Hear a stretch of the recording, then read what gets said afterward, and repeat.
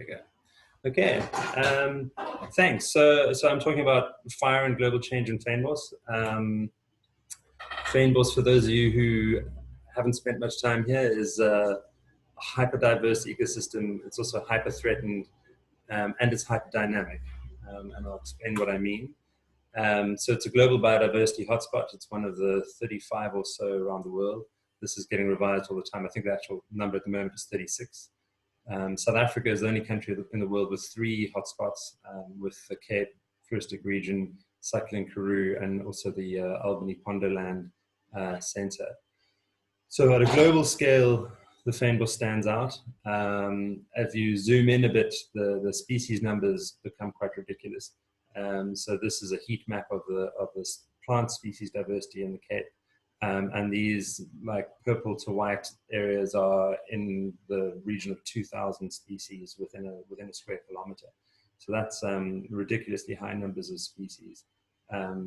For comparison's sake, there's less than 2,000 plant species in the whole of the British Isles. So to have that in 1 square kilometer in the Fynbos is quite a phenomenal number. And this continues down to very fine scale. So I was involved in a project with National Geographic where we looked at the diversity in 1 cubic foot, and we found 30 plant species and another 70 or so various insects and worms and other invertebrates. So the hyperdiversity of Fynbos really holds at almost any scale you look at.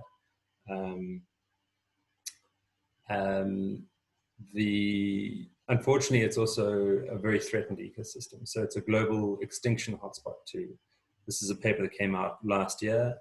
And essentially, the Cape Floristic region is second on the world in terms of extinction hotspots after Hawaii. So Hawaii has 79 recorded plant extinctions, or seed plant extinctions, and the Cape has 37. Our numbers are actually probably much higher than that, in that there's a bunch that haven't really been officially recorded, and there's a bunch of things that where we think a species has probably gone extinct, but actually the species have never been described by science. So those numbers are probably worse than is reported here. The Cape also holds 13% of all listed threatened plant species on the planet, according to the IUCN Red List of Species. That's about 1,800 plant species. And we have an additional 1,500 species, which we have these local threat categories that don't link to the international system, called rare or critically rare. And so those are species that don't necessarily have any known direct threats, but their populations and distribution ranges are restricted to very small areas. So any one random event could result in that species going extinct. And essentially all of those species, if new threats were to come up, then they would automatically jump into either endangered or critically endangered. So that's quite a scary number. Okay, hyperdynamic. So this is the satellite record from the MODIS mission satellites showing vegetation greenness, or NDVI.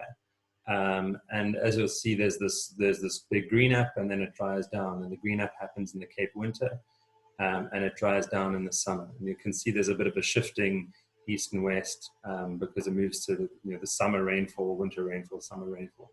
So this seasonality creates a lot of variation and dynamism in the ecosystem.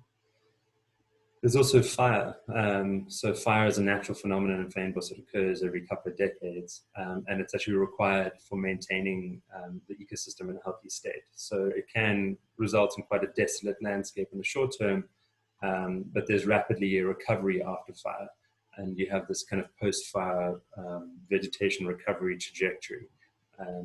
And so these 3 elements create a lot of dynamism, this high seasonality, the occurrence of fire events, and then this post-fire recovery phase. This makes it really challenging to work in this system because you can come to a site and do a vegetation survey. In this case, we did a 20 by 30 meter plot, and we found upwards of 150 species in that 20 by 30 meter plot. And you can come back 20 years later, or 15 years later in this case, and you're not going to record anything in this environment after the fire. But this doesn't mean there's been diversity loss. This is quite natural. There's meant to be fires, and the ecosystem requires these fires, but it just means it's quite a challenge to track change in this ecosystem using our kind of traditional counting and statistics approaches. And that's not me in the photo. I could only dream of such a magnificent beard. So my focus and that of the Fynbos node in terms of working on fire research falls into three major areas.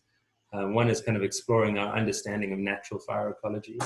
We've got a pretty good understanding of fire ecology now, but there's still a lot to be learned. And you kind of need to know what is natural before you can start to work out what is unnatural. So improving our understanding of the basic natural fire ecology and what that means for the functioning of the ecosystems.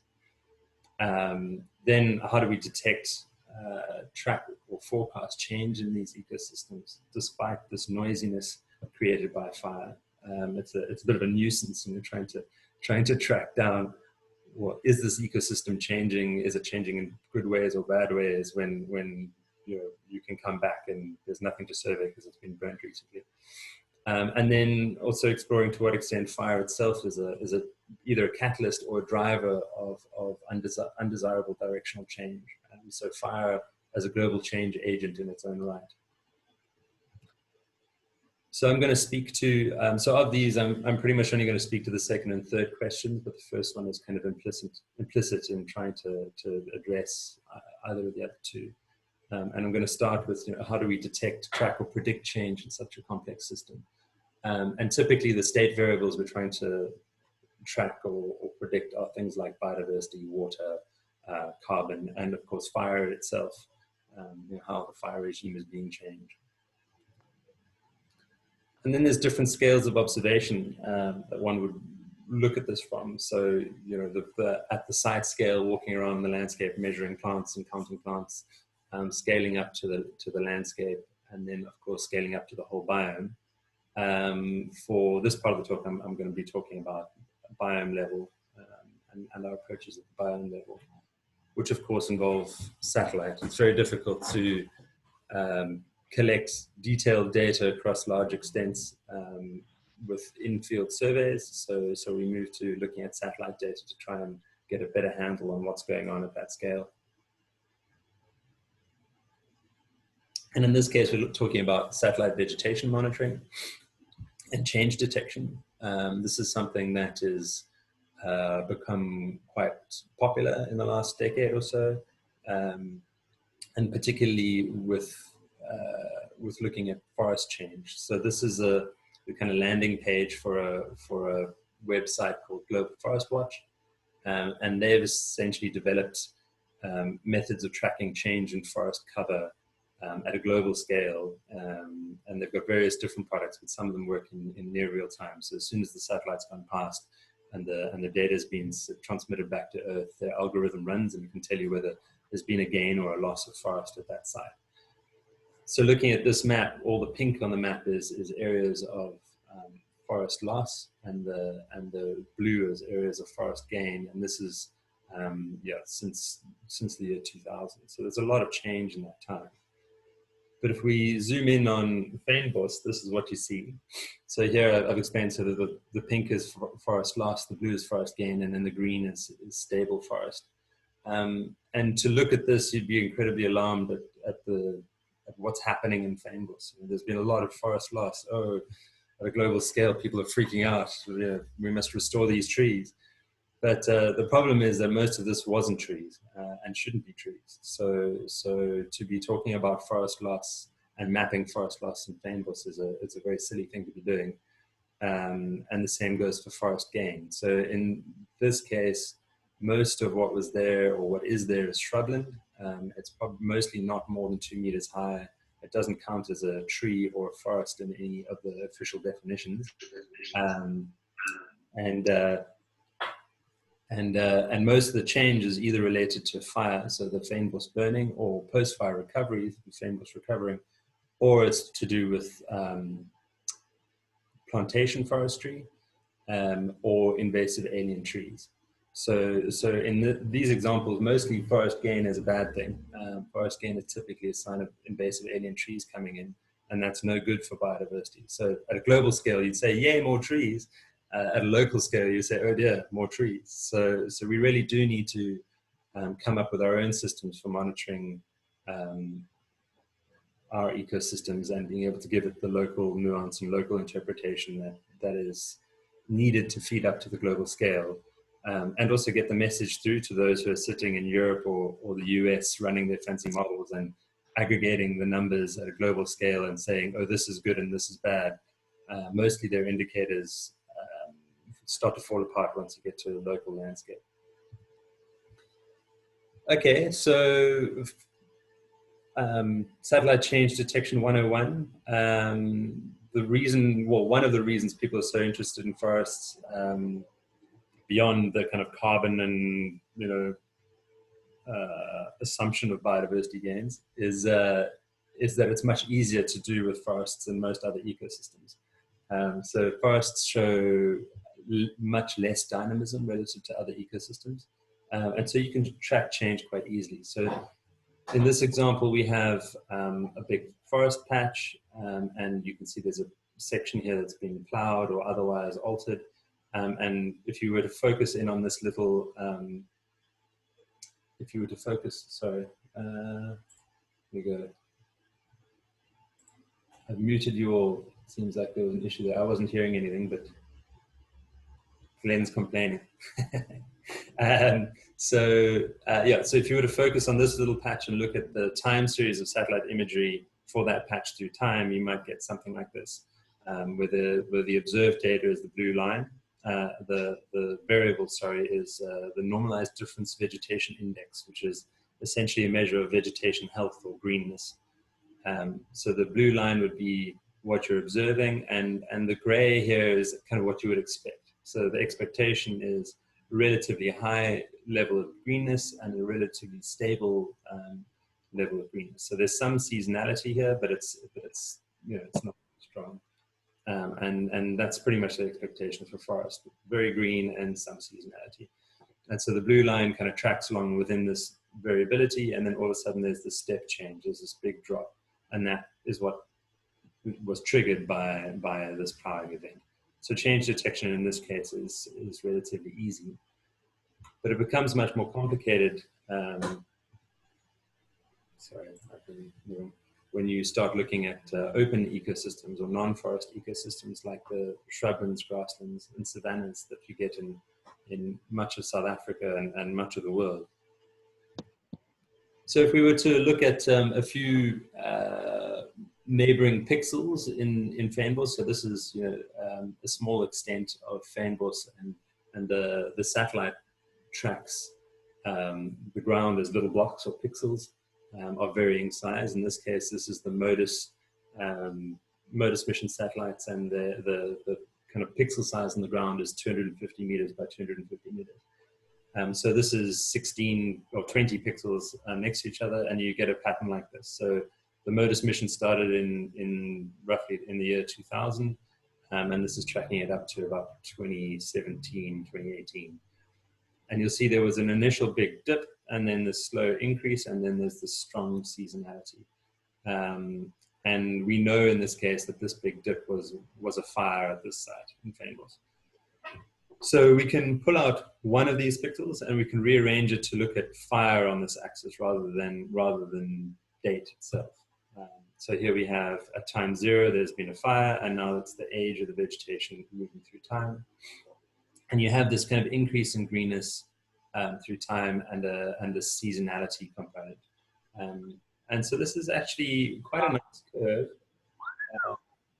And it's actually quite easy to describe mathematically. The next slide, I have heard wailing and gnashing of teeth when I've shown it to people before, so I've tried to simplify it a little and make it less scary. But essentially, our collaborator on this project, Adam Wilson, who's at the University of Buffalo in the US, wrote a paper where he came up with a mathematical function which describes this curve. And it's essentially, it's a negative exponential plus a term to capture the seasonal variation, a sine term to capture the seasonal variation. And so on this graph, the green is the observed data, the red is the negative exponential, and then the black is the full equation of the negative exponential plus the seasonality term. And it fits the data pretty well. So that's quite nice. This is very useful because what you can then do is you can take the full satellite record. You can use this equation to estimate the parameters that just describe the curve, and then you can map those parameters. And in this case, actually, the parameters in the curve mostly have quite meaningful interpretation. So two parameters summed together can give you the maximum NDVI you might expect at any site, or this top kind of carrying capacity of NDVI. And another parameter can give you the recovery time. So that's essentially how long it takes for this curve to saturate. So in this case, it would be somewhere between 3 and 4 years where this curve's finally got to full saturation. And that means the curve saturates because the Fynbos canopy grows together. So it starts as lots of seedlings and you can see lots of bare soil, but as the plants get taller, then the canopies start to abut, and from above you just see solid greenness. So this is quite handy. So we can take the full record, we can fit this equation, we can get these parameters that describe all of these equations across the landscape. We can also then take those parameters and model them as a function of the environmental covariance. So for example, you might find that the recovery rate is faster in sites with higher nutrient soils and higher rainfall. And that kind of thing. So you can establish the relationship between these kind of growth parameters and the environmental covariates. And in doing this procedure, this allows us to then start making forecasts. So we can say, okay, under these environmental conditions, this is what the parameters of the growth curve should be. And so this is what the expected NDVI should be, or expected vegetation activity could be. And this is pretty big. This is pretty powerful because it allows us to do a lot of different things. So the one is near real-time change detection, which is what I'm going to talk about for the rest of the talk. But other really useful things is it allows us to predict ecosystem properties like the growth rates, biomass, and thus carbon. We're also exploring to the degree to which it can help us infer the implications for hydrology through things like leaf area index and canopy structure. And it also determines things like fire. So I talked about the curve saturating because the canopies grow together, but that's usually also a requirement for the landscape to carry a fire, because if the vegetation is too sparse, then a fire can't spread through that landscape. And so we can almost predict the minimum fire return time based on the recovery rate of the ecosystem. And then we're also exploring using this curve to link the kind of these ecosystem functions of growth and so on to the biodiversity directly. So using vegetation surveys where we know the traits of the plants to then try and predict, okay, how does the ability to resprout affect the growth rates and the recovery rates and so on. So this is a very powerful model, and there's a lot that we're trying to do with it, and I'm sure there's a lot more that we should be able to try to do with it too. But for this talk, I'm just going to talk about the near real-time change detection. So this is a paper that we got out, I think last month or maybe the month before, and essentially demonstrating our ability to use this framework to do change detection in this hyperdynamic ecosystem. And so I'm just going to run you through a few different examples of the kinds of change we can detect. In this case, so this is the same kind of figure as you saw for the forest example. In this case, the model predicted the kind of seasonality, but then it also predicted that with this fire, there'd be a big drop in greenness and then a recovery in greenness over time. But then the observed signal actually showed a much faster recovery in greenness than the model would predict. And in this case, when we go to the site to see what's going on, it turns out it's heavily invaded by Australian acacias, Australian wattles. This is a site that had been cleared previously, but obviously there was a big seed bank of these species. So after the fire, the invasive species took off and grew much faster than the surrounding indigenous vegetation. And so our system was able to detect this because it kind of left the expected bounds of variation and got way too green.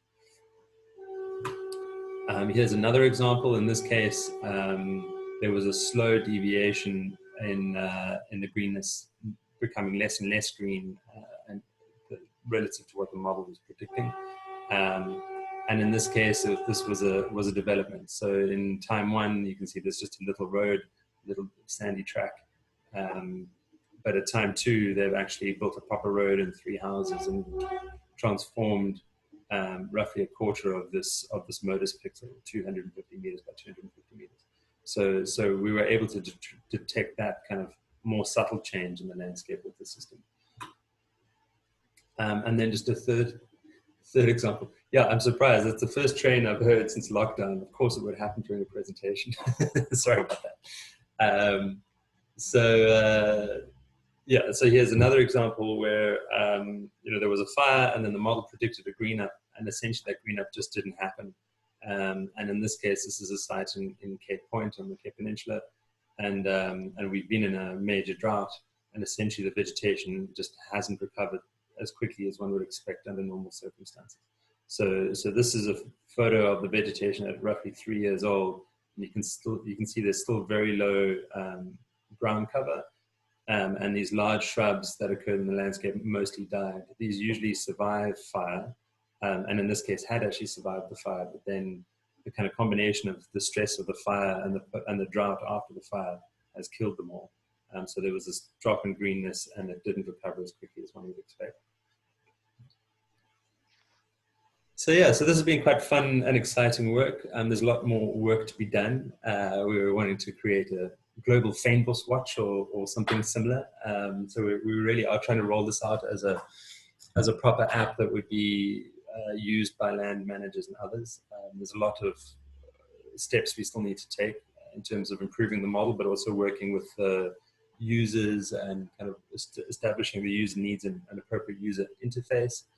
But yeah, Glenn actually led a proposal and we recently got a kind of in-kind funding from Google Earth Engine and Geo, where they're giving us a kind of full production license to Google Earth Engine for 2 years to actually roll this out. And they're also going to give us support in terms of consultants that can help us try and develop this thing. So it's quite exciting. And we really hope to be able to roll this out as a useful tool for monitoring change in this biome in the next year or so. But yeah, also just lastly to highlight the broader application of this model. So near real-time change detection is just one component of what we wanted to use it for. Just in doing that, apart from the utility for land managers and so on, it's also really useful in terms of monitoring change in the biome and creating a record of change for further research. So if we can start mapping areas where we saw drought impacts and areas where there were, tracking the rates of vegetation clearing for developments or invasions by alien species and so on. That's a very valuable research record and policy influencing record too. And then of course the other aspects I spoke about in terms of predicting ecosystem properties like biomass or the implications for hydrology, and then the links to biodiversity and ecosystem, between biodiversity and ecosystem boundary. So I've talked about kind of trying to track change despite the noisiness that fire creates, but now I'm going to talk a little bit about fire as a direct agent of change. So humans have been having many impacts on fire at global and local scales. We tend to change the kind of sources of ignition. We change the vegetation structure in terms of fragmenting it with roads and developments. We alter the vegetation or the fuel load by either adding alien plants or otherwise, excluding fire so that the biomass accrues to a very high level, and when the fire does come, it's a very severe fire. So there's lots of human influences that are changing the kind of frequency, intensity, and severity of fires and so on. And this is an important thing to monitor to see, well, what does that mean for the ecosystem? How the ecosystem is going to be responding to these changes in fire. So this is kind of a basic conceptual model. Under a kind of a natural fire regime, in a fire-prone or fire-dependent ecosystem, you would assume that this would result in a healthy ecosystem. So for Fynbos, they need their regular fires every couple of decades in the right season and so on. But if you alter that fire regime even slightly, you could result in an unhealthy ecosystem in some way. So we do need to be concerned about what's happening with fire regimes. The problem is, this is the kind of cause a series of events. We have something that has changed the fire regime and then results in the unhealthy ecosystem. But our kind of usual approach to monitoring and deducing these impacts is by monitoring the ecosystem, then realizing, oh, something funny's gone on here because the ecosystem isn't very healthy anymore for various reasons. Oh, maybe it's the fire regime. Oh, I wonder what changed the fire regime. But the problem is by then it's too late. If this whole kind of sequence has already happened, then the management options are very limited. And so how you're going to get from here back to a healthy ecosystem is very challenging. So we really need to be looking at, this big question mark here of what are the things that we're doing that could be altering the ecosystem, and can we monitor these potential drivers of altered fire regimes rather than monitoring the kind of end result. And these things that alter the fire regime are essentially the factors that determine the fire regime at a specific location. So the sources of ignition, the fuels in terms of type and structure, the weather conditions, the topography, the relative position in the landscape and everything. And this is something that we're calling the ignition catchment, as a kind of an analogy to a hydrological catchment.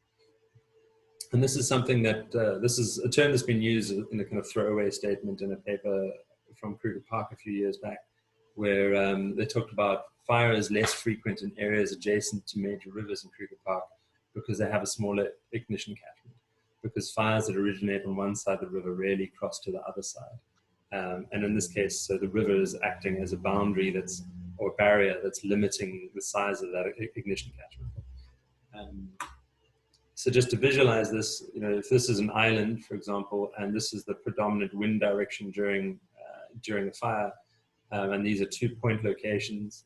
At point 1, the size of the pyre is very large, and any fire or any ignition that starts in this large pyre slice would result in Site 1 burning, whereas at point 2 there's a much smaller pyre slice, and so it will only burn if fires start in this small pyre slice. So by extension, you would imagine that the probability of burning is much higher at Site 1, and that would presumably translate to a shorter fire return interval, for example. If you then modify the landscape, you could build a road or an airstrip or something like that, and that would then cut off essentially this whole portion of that ignition catchment and reduce the probability of burning at Site 1. So various human activities unwittingly can really alter the ignition catchments for different parts of the landscape.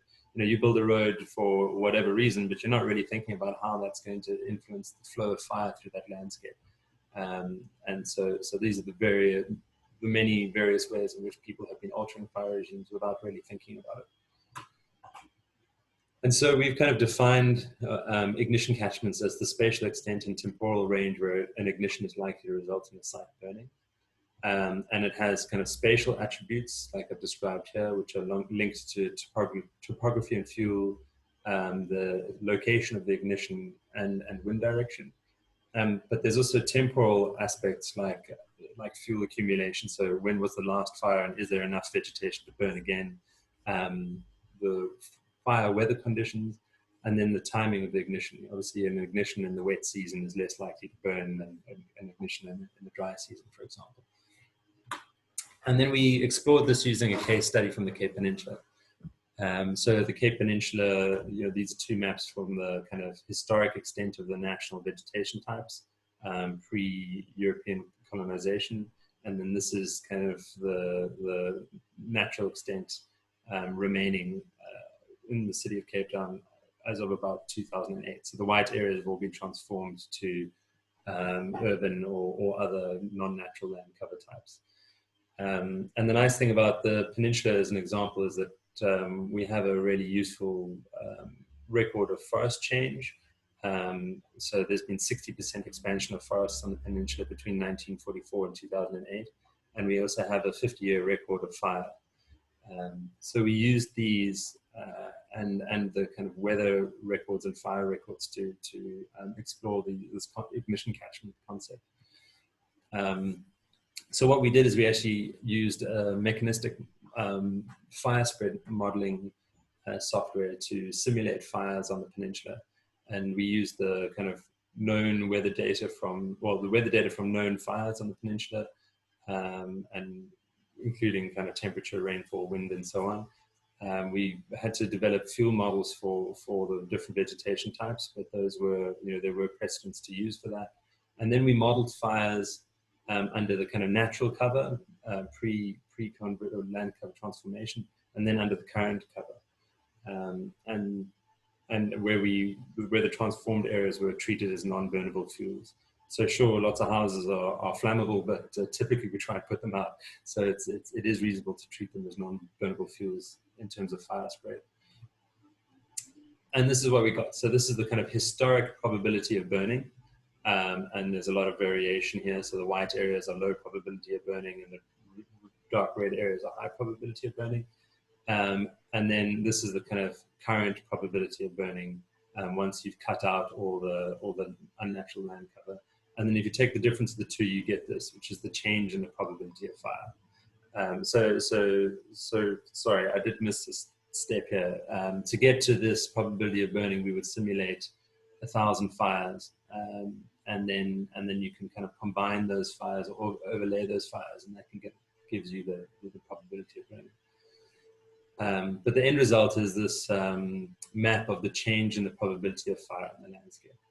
And then to explore whether this is useful and whether this tells us anything about change in the ecosystem, we then overlaid the forest layers, so the change in forest layers. So here the blue is the extent of forest in 1944, and the yellow is the expansion of forest between 1944 and 2008. And if you extract the probability of burning to those different polygons, this is what you get. So areas that have stayed stable forest had a big reduction in the probability of burning. Areas that have gained forest, so have shifted from Fynbos to forest, have also shown a big reduction in the probability of burning. And then the areas that have stayed stable Fynbos, so we're Fynbos and are still Fynbos, have shown very little change in the probability of burning. And this is a significant difference. This big black line here is actually a lot of outlier sites. So there's a lot of Fynbos sites that have seen a big reduction in the probability of burning, but they haven't shifted to forest.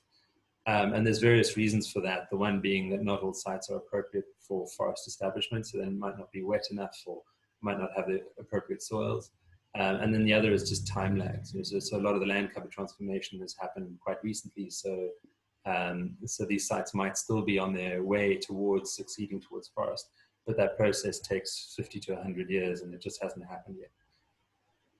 So yeah, so this kind of ignition catchment concept is quite useful for predicting how vegetation may change. And this is quite a kind of coarse example in that we're using a state shift from Fynbos to forest.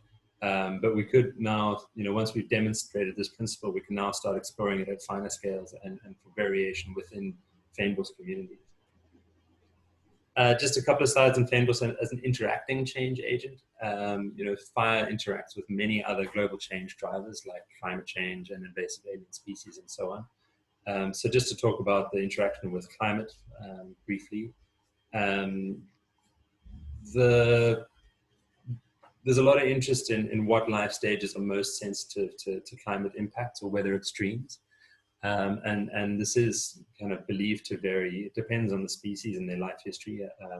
But for example, the seeds might be less sensitive because maybe they can stay dormant, so it's not a problem. But once they've germinated and become seedlings, if there's an extreme event, they get frazzled and die. The adults may be, the expectation is typically that the adult plants might be more resilient to climatic extremes.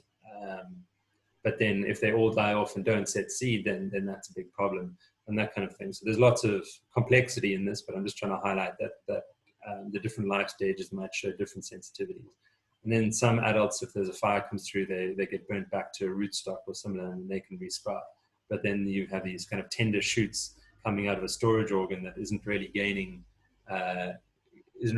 food supplies yet. So it might be quite sensitive in this stage if an extreme event occurs. And so we've explored this and we have explored this with some with a repeat vegetation survey in Cape Point, but we're still doing further exploration with that. So from experiments, we know that the seed and seedling stages can be quite sensitive. So experimental heating of seeds can suppress germination and promote dormancy in seeds by up to 100%. And by the same time, drying experiments and heating experiments can show drastic reduction in seedling survival, even over short time periods. So over like a week to a month, can really influence the survival probabilities of seedling. And so in this first study, we really explored this kind of seedling stage or regeneration stage impacts. So this is a paper from a set of permanent vegetation plots in Cape Point. The plots were first set up in 1966 and then resurveyed in 1996 and in 2010. And essentially the results showed that there was a reduction in species numbers, but we weren't sure why.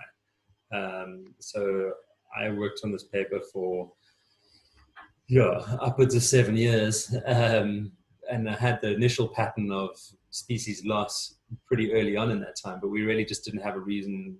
We couldn't attribute it to anything, and that was a concern. So it took quite a lot of digging and thinking about how to extract the signal from the noise in a Fynbos environment to try and actually get an understanding of this. And the analysis is quite complex, but to simplify it, one of the variables we looked at was this weather extremes in the first summer after a fire. So weather extremes during that regeneration phase from seed to seedling. And so what we're seeing is that somebody wanting to speak? No. So what we're seeing. Okay,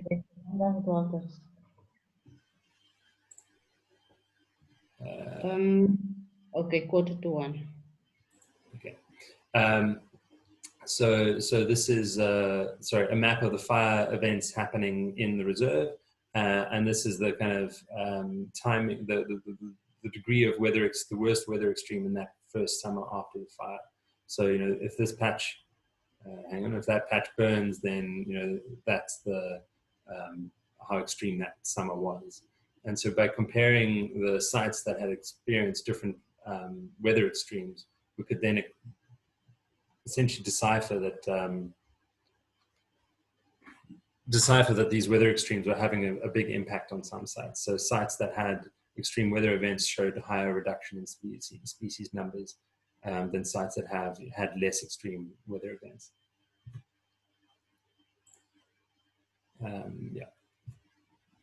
So we're using lots of different approaches at lots of different scales to look at fire and global change in Fynbos. There's lots more to do, but it's kind of getting more and more fun and more interesting as we uncover different ways of approaching the problem. And I think there's lots of stuff that could be implemented in other ecosystems too, or tried out in other ecosystems. And lastly, just to say that all the data and the code that we use for these analyses are freely available. They should all be available with the papers, but if anything is missing, then let me know, and I'm more than happy to share. Lots of people to thank, lots of collaborators and sites, landowners and data providers and funders. And if you're interested in finding out more, we've just launched the new Fynbos website, fynbos.sound.ac.za. Otherwise, there's also other stuff on my blog at Ecologist. And I'll take some questions. I haven't managed to line up the next speaker. I have put out a couple of emails, but we'll advertise that shortly. And the next seminar is going to be on the 4th of September 2020 at 10 a.m. Yeah, but I'll let you know. So if anyone has any questions, you're either welcome to pop questions into the chat box or raise your hand, and I'll try and address them.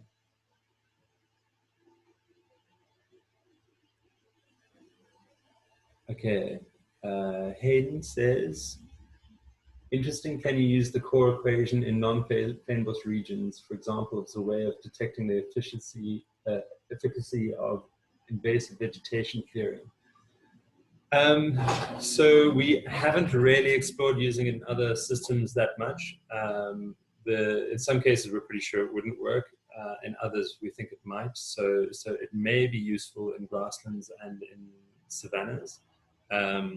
But because the fire return interval is much faster there, we suspect that it might not be ideal relative to some other approaches.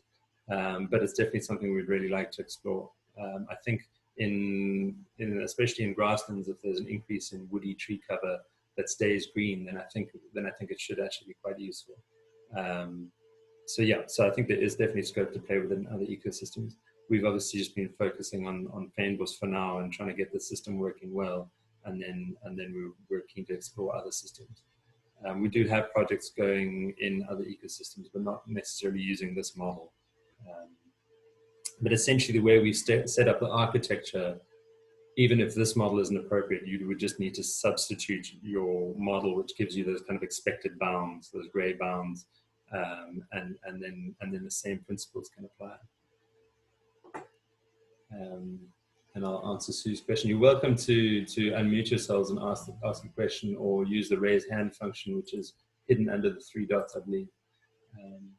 So Sue is asking, from a novice who associates code with Morse, how easily can the code be applied to other vegetation types, and can it be linked to carbon fluxes? Yeah, so by code, I mean R code or JavaScript code in Google Earth Engine, or Python code, so it's all software programming code. The code is very easy to apply to another system. It's just getting all the associated data that you need to run the code on that takes a bit of time. But it's essentially just a GIS exercise. And then linking it to CO2 fluxes, well, we would like to. I think the first thing we want to do is look at linking it to biomass and biomass accumulation rates. But through looking at things like leaf area index and other components, we should be able to hopefully get to looking at fluxes as well as pools. But that's quite far down the line, I think. I don't think we're quite ready for that. The Fynbos node has got a flux tower running now, and we've got just more than a year's worth of data, but we're still trying to make sense of it for now. I have a question or comment. Not you. There was an earlier comment from Gina about doing something similar with ET data. So it's kind of related to Sue's question on CO2 fluxes.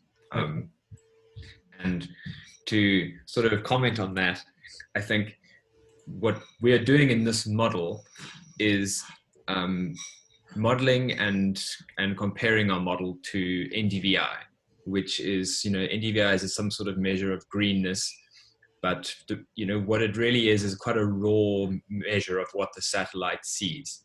So you could equally model and compare CO2 fluxes or evapotranspiration, but then you need firstly observations of evapotranspiration or CO2 fluxes to correlate with your model. And that adds another layer of sort of uncertainty on top of your model. So if you're trying to model NDVI, you don't have this additional uncertainty of how well your model actually represents the evapotranspiration. So that's why it makes sense to start with NDVI. But of course, it's totally possible to build it up to other things if you have observations to sort of build another model on top of that. Yeah, and I suppose this is why SAEON exists, is to get the in situ observational data that we would need to run that kind of model. Any other questions? Hayden, I'm trying to find the link for you.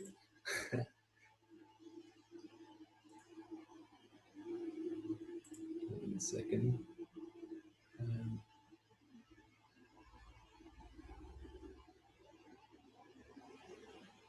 Okay, well, I'll share the paper. I'll send an email to everyone with the links to the paper. Sue is asking, okay, so what observations should FTN be including to help with these? I think, that, yeah, I wouldn't be able to give you a short answer to that. I think many of the things that are planned are appropriate. I think the trick is, what we have is enough to start cobbling together a model. Once we've put it together and tried to run it, then we'll soon start to work out what we don't have. But it's quite difficult to say that up front at this stage. But yeah, it kind of highlights the value of using a model to try and inform what you collect. If you try and develop the model and you realize, okay, this model's doing really badly. Why is it doing badly? Oh, we need data that can help us constrain this parameter. So a better understanding of soil moisture, for example, and that kind of thing. So it really can help you guide how you do observations. And it's kind of chicken and the egg. A model without observations is useless.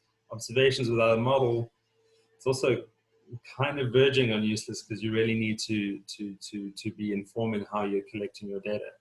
Obviously, you need some data to start developing a model. So you have this kind of burn-in phase where you collect data without actually necessarily modeling it properly. You have some conceptual model of how you might use it. But once you actually start trying to plug it together in a statistical and mechanistic model, things start to come out in the wash. Yeah. Okay, well, if there are no further questions, any last questions, welcome to unmute yourself and say something. Otherwise, I'm going to call it from here. Thank you very much. That was very nice. Pleasure. Thanks, Jasper. Thanks. Yeah, that was very interesting. Thank you.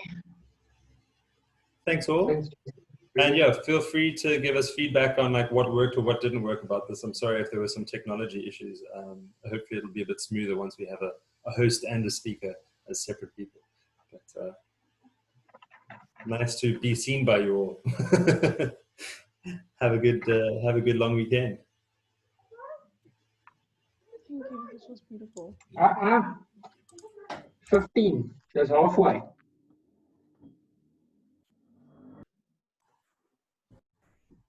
Thank you. Oh.